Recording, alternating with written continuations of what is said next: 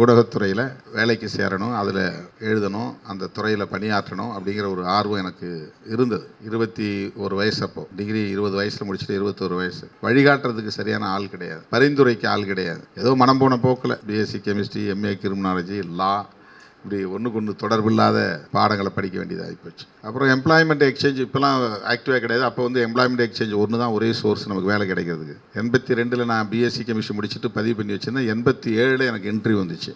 5 வருஷம் கழிச்சு போய் நேர்காணலில் உட்காந்தா எனக்கு கெமிஸ்ட்ரி எதுவுமே ஞாபகத்தில் இல்லை.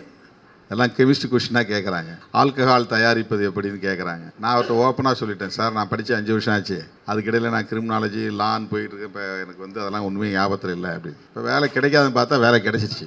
7 பேர் அறிவிச்சில் முதல் ஆளாக என் பேரை அறிவிச்சிட்டாங்க. 1-2 கொஷின்ஸ் பதில் சொன்னேன். அவர் அது அந்த ப்ரெசன்ஸ் ஆஃப் மைண்டு அதுதான் அங்கே முக்கியமாக. அவர் கேட்ட கேள்வி, சில கேள்விலாம் ரொம்ப முக்கியமான கேள்விகள். திருமாவளவன் யார் அப்படின்னு கேட்டார். நான் தான் சார்னேன். 2வது தடவை திருமாவளவன் யாருன்னாரு. நான் தான் சார்னேன். 3வது தடவை அதே கேள்வி கேட்டவுடனே இவர் வேறு ஏதோ பொருளை கேட்குறாரு அப்படின்ட்டு கரிகால் பெருவளத்தான் தான் சார் திருமாவளவன். கரிகாலனுடைய இன்னொரு சிறப்பு பெயர் திருமாவளவன். மாமன்னன் கரிகாலனுடைய சிறப்பு பெயர் திருமாவளவன். எங்கள் டைரக்டர் கொஞ்சம் இலக்கிய ஆர்வம் உள்ளவர், டைரக்டர் சந்திரசேகரன் சொல்லிட்டு.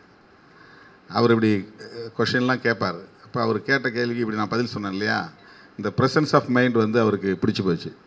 அப்புறம் வேறு சில கேள்விகள், ஜென்ரல் கொஷின்ஸ்லாம் கேட்டார். அதுக்கெலாம் பதில் சொன்னேன். ஆல்கஹாலில் 1-2 பதில் சொன்னேன். எப்படி தயார், என்சைம் பற்றி கேட்டார், என்சைம்லாம் சொன்னேன்.